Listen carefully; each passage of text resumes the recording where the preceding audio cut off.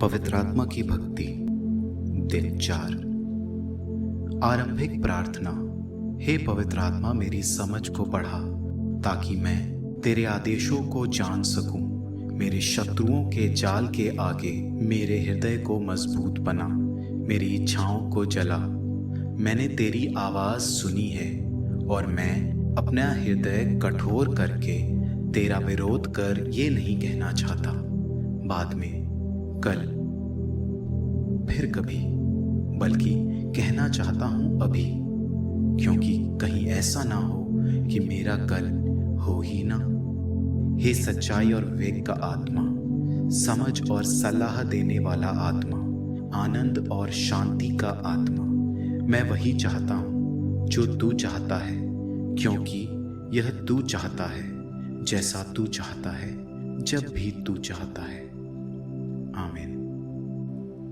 विचार।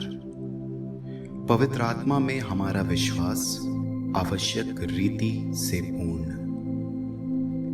ईश्वर की शक्ति कम नहीं हुई है, वो आज भी उतनी ही सामर्थी है जितना पहले थी। उसका प्रेम हमारे लिए पहले के मुकाबले कम नहीं हुआ है। हमारा विश्वास हमें सिखाता है कि सभी रचनाएं, पृथ्वी और ब्रह्मांड में उपस्थित हर एक चीज की गति, रचनाओं के अच्छे कार्य और इतिहास में जो कुछ हमने हासिल किया, हर एक चीज ईश्वर से आती है और उसी की ओर जाती है। हो सकता है कि हम कई बार पवित्र आत्मा के कार्यों पर ध्यान न दें, क्योंकि ईश्वर अपनी योजनाएं हम पर प्रकट नहीं करता और क्योंकि मनुष्य के पाप दिव्य वरदानों को ढक देते हैं। परंतु विश्वास हमें याद दिलाता है कि ईश्वर हमेशा कार्यरत है।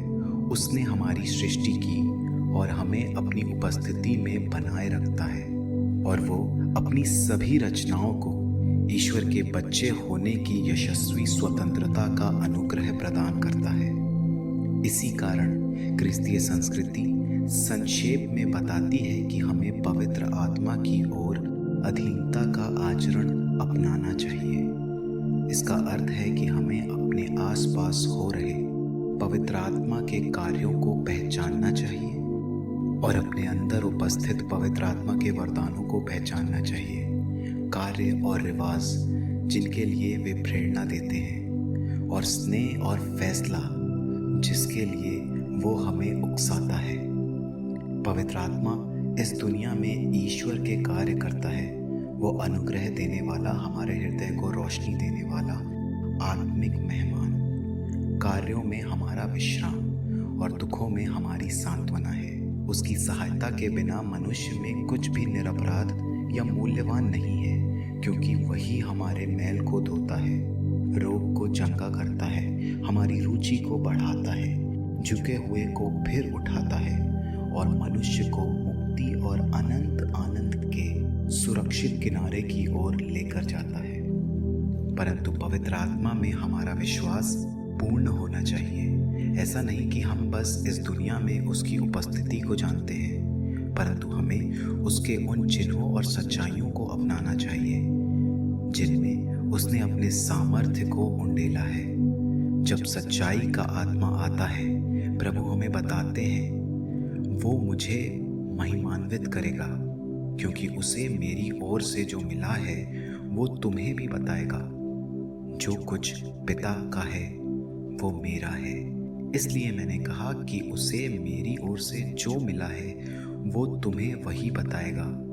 पवित्र आत्मा क्रिस्त द्वारा भेजा हुआ आत्मा है जो हमें उसी पवित्रता की ओर ले जाता है जिसे क्रिस्त इस पृथ्वी पर हमारे लिए चाहते हैं। तो यदि आपका विश्वास क्रिस्त में या उसके संस्कारों या कलीसिया में नहीं है, तो आपका विश्वास पवित्र आत्मा में नहीं हो सकता।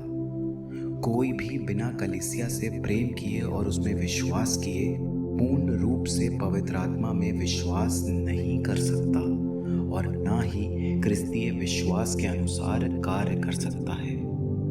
वो मनुष्य कभी सच्चा क्रिस्तीय नहीं हो सकता जो हमेशा कलीसिया में कार्यरत लोगों की कमियों और त्रुटियों पर ध्यान दे।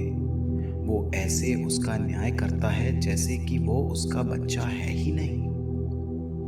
इसके बजाय आप पवित्र यूक्रिस्ट के महत्व और प्रचुरता पर ध्यान दें। जब पुरोहित वेदी पर पवित्र मिस्सा बलिदान में कलवारी के बलिदान का नवीनीकरण करते हैं। अंतिम प्रार्थना। हे पवित्र और दिव्य आत्मा, पवित्र कुंवारी मरिया की मध्यस्थता द्वारा अपने वरदानों की परिपूर्णता हमारे दिलों में ला।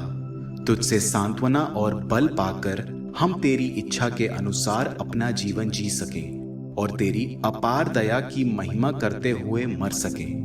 हमारे प्रभु यीशु क्रिस्त के द्वारा, आमीन।